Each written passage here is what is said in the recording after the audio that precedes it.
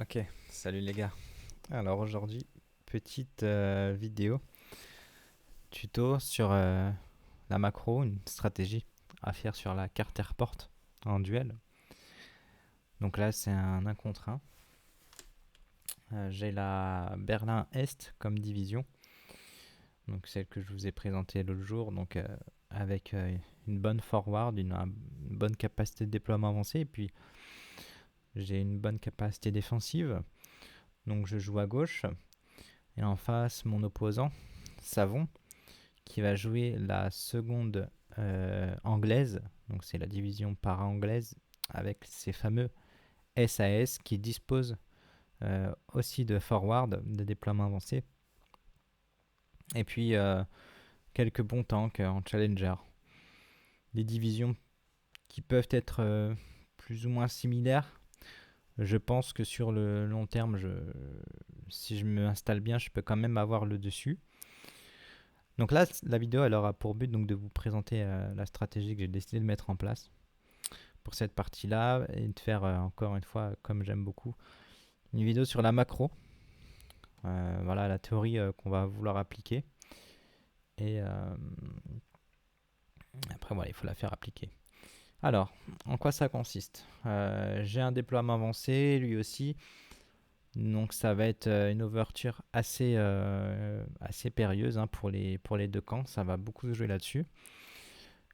À savoir que je sais que Savon aime bien jouer cette partie-là de la ville quand il se déploie.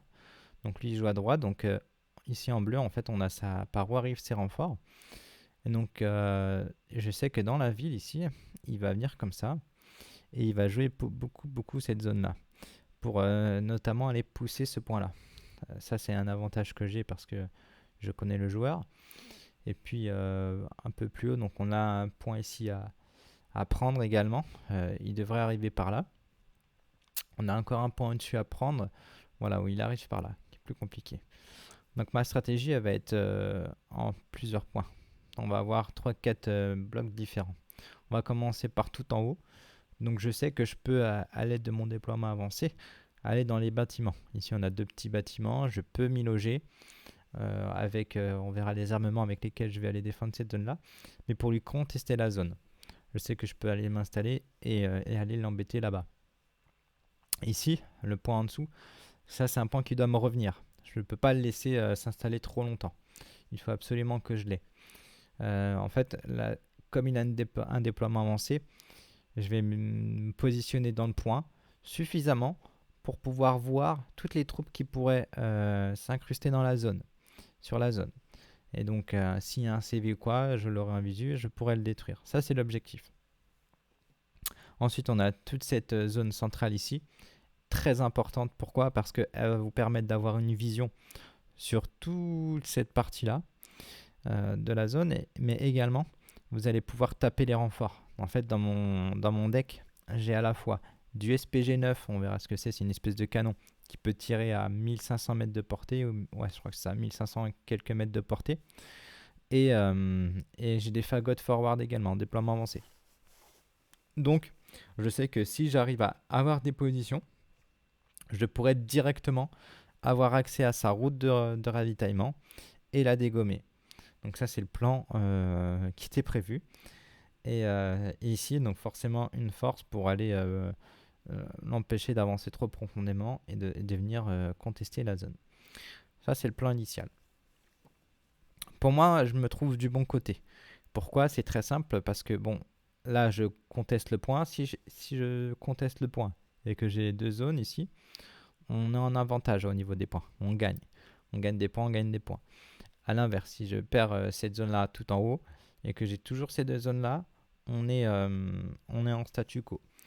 Euh, L'avantage, c'est que je sais que au moins au début de la partie, je peux avoir cette zone en haut pour gagner des points. Même si lui, il vient contester ou quoi, je sais qu'il y a moyen quand même d'avoir des points au début de partie, de prendre de l'avance. Et pourquoi là je suis en avantage? Tout simplement parce qu'une fois que le front s'est stabilisé, même admettons que je perde cette zone ici, eh bien, si le front se fait comme ça, ou même un peu plus bas, on peut descendre comme ça. Voilà. Là, on va partager au milieu. Voilà. Même si le front se fait comme ça, en réalité, donc moi, mes renforts, enfin, on va commencer par lui. Non, on va commencer par là. Donc moi, pour accéder donc aux différents points que je dois défendre, mes renforts arrivent ici. Ou là. Et puis, une fois qu'elles sont stackées dans la zone, par exemple ici, je vais pouvoir directement intervenir, par exemple, sur cette zone-là, et puis replier, et puis directement intervenir dans cette zone-là assez rapidement. Donc en fait, j'ai une concentration de force dans ce rond-ci, et ce qui me permet d'avoir donc, une force, un chemin assez court pour aller défendre là, pour aller défendre ici, et pour aller défendre là. Pour moi, c'est le gros avantage. Surtout que dans cette zone-là, donc, comme on a vu précédemment, on a directement une vision sur sa ligne de ravitaillement. Tandis que lui, il est bien embêté parce que, certes, il aura... Donc, en fait, vous avez un point tout en haut ici. Donc, admettons donc, qu'il ait cette zone également. Ben, si le front est comme ça, s'il me souhaite attaquer de cette façon-là, il doit traverser la piste. Il doit traverser du terrain découvert, ce qui est pas facile pour lui. Donc, s'il veut ensuite attaquer l'autre point ici, c'est compliqué parce que soit il faudrait qu'il m'attaque. Je vais vous effacer un peu tout. Voilà. Soit il faudrait qu'il m'attaque comme ça. Voilà. Mais ce point-là, ça reste un point très compliqué aussi pour lui attaquer. Il y a énormément de bâtiments. En face, c'est du découvert. Il va prendre des pertes. Et ma division est construite pour ce gameplay-là. Je me prends, je m'installe et après, lui, s'il m'attaque, il s'écrase. C'est le principe de ma stratégie que j'ai appliqué à la division. Et donc, s'il devait attaquer ce dernier point en bas, comme ça, eh ben, il a un peu de bâtiment à faire, mais c'est pas non plus le plus simple. Et puis, surtout, c'est que, admettons, on va dire, là où moi j'ai mes forces ici dans le rond, et je peux intervenir de manière assez rapide sur tous les points clés du champ de bataille, lui, alors je vais changer de couleur, je vais nous mettre en violet. Lui, si il a une force comme moi concentrée ici, il peut pas aller rapidement en réalité sur les points, parce que là, le point, il faut qu'il aille tout là-bas. Et là, il faut qu'il aille tout là-bas. Et stocker sa force ici, moi, j'ai une vue sur son ravitaillement. Donc s'il passe là, j'ai la vue sur le ravitaillement. Là, c'est une plaine. Et en haut, c'est pareil. Il peut pas en réalité traverser comme ça parce que moi, je le dégomme là. J'ai la vision dans la ville et je peux le taper. D'accord? Donc là, c'est un gros avantage. Donc en réalité, il est embêté. En plus, admettons, une bataille. Alors je vais effacer. Hop.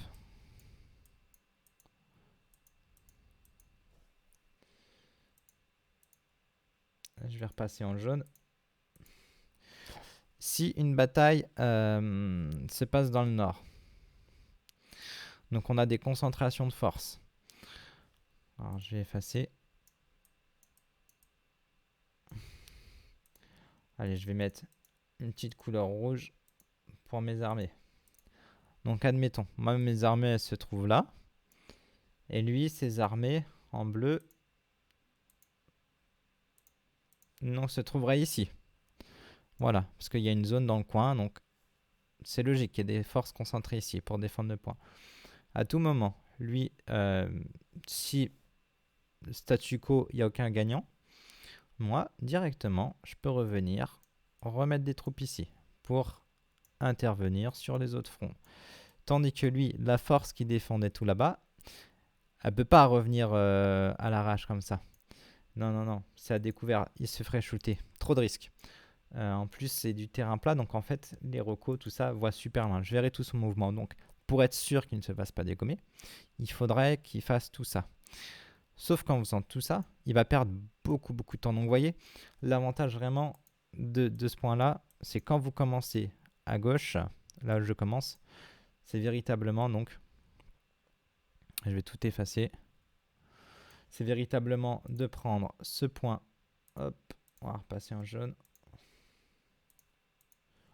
ce point là, parce que là vous avez vraiment un avantage assez incroyable, ok. L'avantage aussi d'avoir une division forward, c'est que là je peux avoir ce point là forward ou pas forward, mais quand j'ai une division forward, je peux même aller un peu plus loin, d'accord.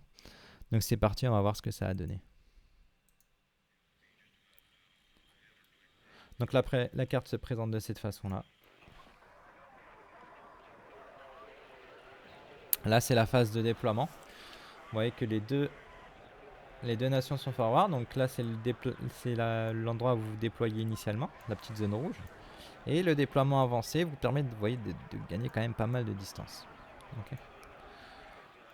Donc lui, il a pareil de son côté.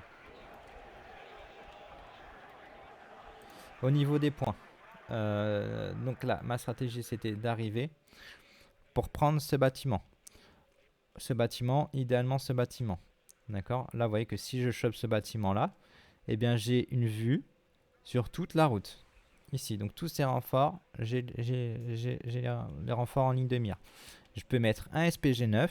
Le SPG9, on le voit sur le petit cercle. Vous avez un petit cercle où il y a marqué 1500 mètres. C'est la portée où vous pourrez taper le SPG9. Donc, vous voyez, on est pas mal. Là, il a une division forward, donc ça va être plus compliqué. Mais sachez que s'il y a une division qui n'est pas forward, vous pouvez, et que vous réussissez à vous installer ici, c'est tout bénef. Concernant ce point, moi, ce que j'aime bien faire, c'est prendre ce bâtiment-là.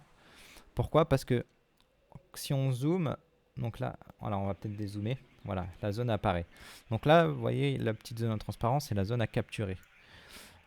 Si je me mets dans le bâtiment ici, j'ai une vue sur toute la zone. Notamment, là, il peut mettre son commandant. Donc souvent, il les met dans les petits coins là.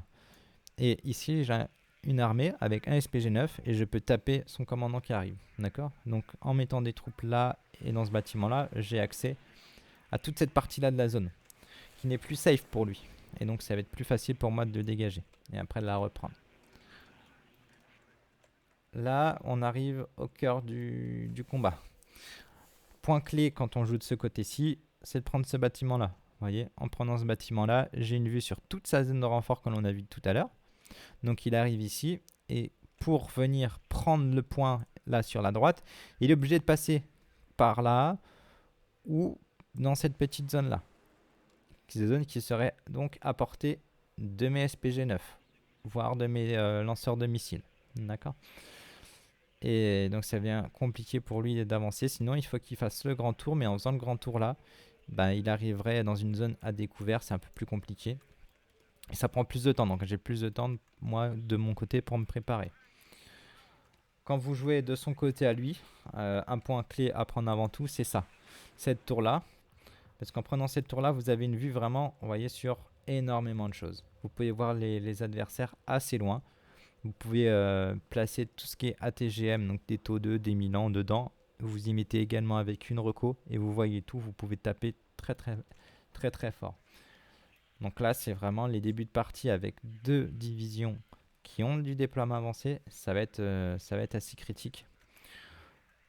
Et puis après, ben, vous voyez, c'est assez complexe. Hein, c'est ce que je vous expliquais tout à l'heure, vu d'un autre angle. Si moi, j'arrive de mon côté à sécuriser toute cette zone-là, ben, pour m'attaquer, il faut qu'il passe soit par la piste, ici, ou bien si son armée est là parce qu'il y a une escarmouche ici, les forces là, et pour aller attaquer l'autre point, il faudrait qu'il fasse tout le tour. Alors que moi, donc il doit faire tout le tour parce que là, toute cette zone-là, elle n'est pas sécurisée pour lui. Enfin, on la voit. Après, elle n'est peut-être pas à portée de tir, mais je vois. Et je sais que s'il s'approche là, il sera à portée de tir. Donc, il faut qu'il fasse tout le tour. Et ça lui fait perdre un temps incroyable. Ça lui fait perdre du ravitaillement. Et moi, de mon côté, j'ai beaucoup moins de chemin à faire pour aller protéger. Et donc, je gagne en rapidité de déploiement.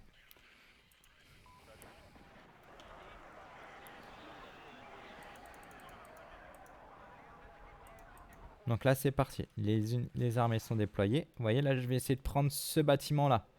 Pourquoi? Parce que là, ce bâtiment-là, avec le SPG9, donc c'est ça le SPG9. Et c'est un canon comme ça qui tape des véhicules. Il peut faire mal, même sur les gros chars, sur les côtés. Mais sinon, il est assez bon contre les véhicules. Je sais que lui joue la seconde, la para anglaise. Donc, il n'a pas forcément au début de gros tanks. Les enverra plus tard. Mais au début, il va jouer qu'avec des véhicules légers. Parfait pour l'SPG-9. Donc là, comme j'ai toute la vue, ici, c'est impeccable. Donc malheureusement, on va voir que ça va pas forcément se passer comme prévu. Mais derrière, ici, j'en ai un. Et j'en ai disposé plusieurs. J'en ai un autre dans ce bâtiment-là. Vous voyez que là, vraiment, toute cette zone-là, elle va être sous le feu des SPG-9. Donc vraiment, c'est très compliqué pour lui. Pour venir ensuite attaquer la zone en bas. Ok. Voilà, donc là, il se fait tirer dessus. Ensuite, sur cette zone-là, bon, bah, il a décidé de se déployer ici et de ne pas se rapprocher davantage. Bon, c'est un bon point pour moi. Là, on voit que je commence à m'installer déjà. Et puis enfin, sur cette zone ici, il y a CSS qui arrive. Donc, il va les poser ici par crainte que moi, je sois déjà installé. Donc, je vais avoir le temps de venir m'installer. Okay. Donc là, on voit que sa ligne de ravito, directement, elle se fait taper. Donc, il est obligé de déposer ses mecs. Il débarque ses gars des véhicules, il se fait engager alors qu'il n'est même pas encore rentré dans les bâtiments. Vous voyez, les SAS prennent cher, c'est une troupe d'élite. Les SAS c'est très très fort. Hein. Ça fait vraiment tout. Mais là, il se fait dézinguer. Il parvient tout de même à faire, survivre 3 camions qui vont passer sur toute la route et passer dans la zone. Donc là, il a les Fox qui tirent.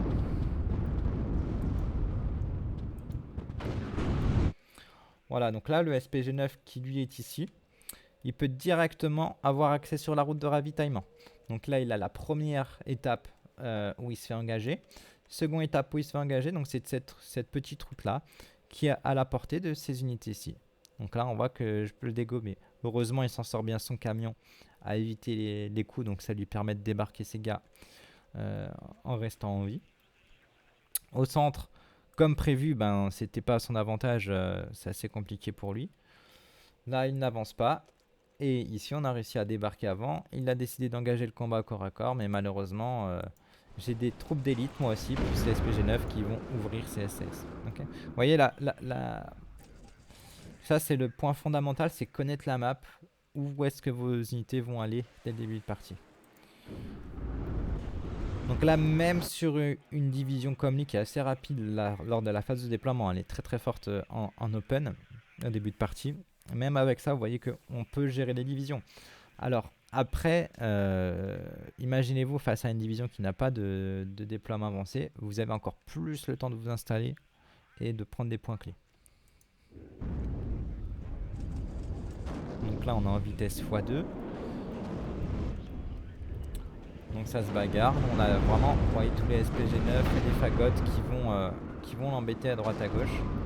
Il va subir une guerre d'attrition. Là, vraiment, le truc, c'est de faire de l'attrition. Donc, il est obligé de passer à l'attaque s'il veut gagner des points. Là, je suis en plus 2. Donc, il est obligé de passer à l'attaque s'il veut ses points. Moi, je sais que ce joueur-là, il veut cette zone. Donc, il va subir une guerre d'attrition. Donc, je vais le laisser s'enfoncer. Vous voyez qu'il n'a pas trop de troupes en soutien. Bon, il n'a que des unités d'infanterie. Ici, ces SAS servent de dessert. Attention quand vous jouez contre la seconde anglaise, parce que ces SAS, ils ont des petits Stingers qui ont 76% de précision. Donc là, il en a 2, ça peut vous one-tap un avion qui arrive. Je capture la zone. Donc lui, vous voyez, il va se réfugier là-dedans. Il se fait toujours engager à distance. Alors moi, je recule pour pas perdre mes gars. Et j'y ressognerai après. Et on va faire une guerre d'attrition. Donc là, je suis à plus 3. J'ai cette zone-là. Cette zone ici qui est plutôt bien safe. Et cette zone-là il n'a plus rien non plus. Là, on a vu, il s'est fait défoncer. Donc ces 2 petits camions de transport. Donc il est embêté. Il a un départ très mauvais. Le petit avion bombardier qui va faire le taf. Il s'en sort bien avec un survivant. Donc là, il va continuer à pusher. Il va pousser, pousser. Ici, c'est sa seule solution. Au centre de la carte, bah, il a pratiquement rien. Son challenger vient engager. C'est solide. Voilà, là, moi, j'ai qu'un fagot. Son challenger prend un tir de fagot. Il perd un PV, il perd pas grand chose. Donc, c'est du solide. Ici, il va faire une espèce de rush avec plusieurs gazelles canons qui vont me mettre assez mal. Et là, au centre, donc j'ai la vision sur son char. J'envoie un SUAT qui va engager à courte portée parce qu'en fait, on a une ligne, le char qui est plus ou moins caché derrière le bâtiment. Donc, mon SU va pouvoir se rapprocher, lancer le missile le plus près possible et donc avoir une précision augmentée. Là, ces aéromobiles, vous voyez, ces aéromobiles qui viennent ici dans la zone, mais qui se font taper par vraiment les Strela de mon côté du terrain. Vous voyez, il est obligé d'aller, pour aller sur la zone, il est obligé de prendre le découvert. C'est vraiment pas optimum pour lui. Ici, donc, il a fait le taf avec ses petites gazelles canons. J'ai plus grand chose. Donc vraiment, toute sa force va se baser sur ce côté-là. Et voilà, donc à chaque fois il tombe dans la guerre d'attrition, il va essayer de... En fait, il tombe dans là où je veux mener le combat, quoi, ici. Donc voilà, en fait, vous avez des joueurs, par exemple, qui vont mettre leurs troupes en camion et qui vont délaisser les transports. Ça, c'est des petits BMP. Alors là, on en a un grenade qui est très bon, mais on en a d'autres, par exemple, on va le voir ici. Eux qui arrivent dans un BMP qui coûte que dalle, qui coûte 20 ou je sais plus combien, mais qui va faire la différence en termes de soutien quand on va engager les infanteries.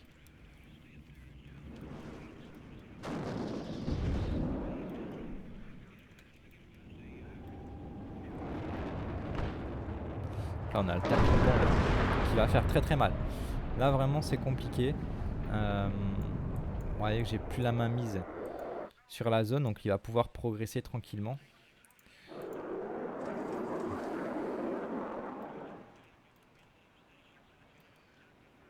Là, on est assez tranquille. Bon, là, il y a un engagement, on l'a pas vu malheureusement. En gros, ces SS sont venus faire le pousser ici. J'ai mal géré les troupes et ces SS ont fait très mal, donc ils ont survécu. Ils sont ici, ils attendent qu'à se faire soigner. Le T-55 qui va aller taper un peu ce qui se balade à droite à gauche, à distance.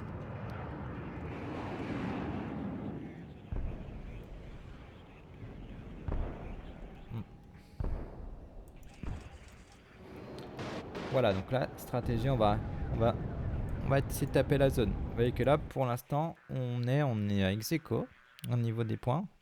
Il n'y en a pas un qui gagne des points par rapport à l'autre, mais ça va changer. Là, maintenant, je passe en plus 1. Donc, j'ai mon temps, je peux contester la zone. Même si mon objectif pendant cette partie, ça va être de reprendre la zone le plus vite possible. Je peux jouer assez safe quand même.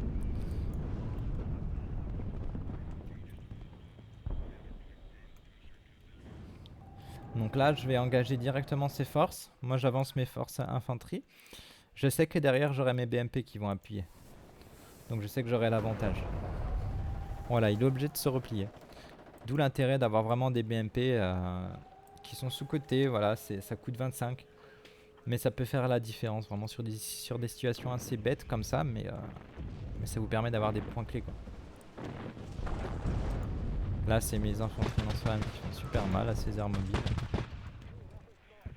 Un Fox ici, qui malheureusement ne touchera pas sa cible, malgré tous les tirs. Et l'abandon du joueur.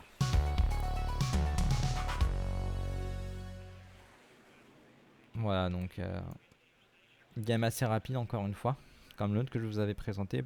En fait, parce que voilà, je vous montre l'intérêt d'un déploiement avancé, d'un plan macro, comment il fonctionne, c'est plutôt pas mal. On voit les fagots qui ont fait du bon travail, les SPG9 qui ont pas mal affaibli cette division de SAS. Les FS Sager qui sont très très bien.